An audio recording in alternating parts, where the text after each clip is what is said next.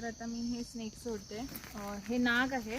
तर बघूया, मी छोटे छोटे साप सोडले आणि हा नाग सोडतोय मी आत्ता. तुम्ही छोटे साप बघितला आणि तुम्ही पण छोटे साप बघितला आणि तुम्ही फर्स्ट टाईम आला इकडे, तर तुम्हाला पण कसं वाटतंय सांगा. ह्याचं रिॲक्शन बघा. हे आता काय करतंय काय करत नाही. आणि तुम्ही ते सुद्धा साप बघितलात दोन्ही. ते छोटे होते, बिनविषारी होते. हा विषारी साप आहे नाग.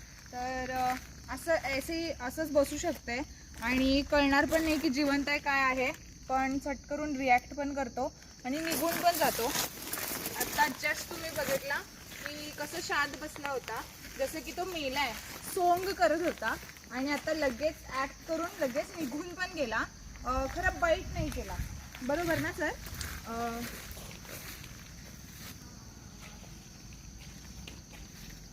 कसं नेचरमध्ये स्वतःहून निघून गेला. आम्ही किती जवळ होतो, मी पण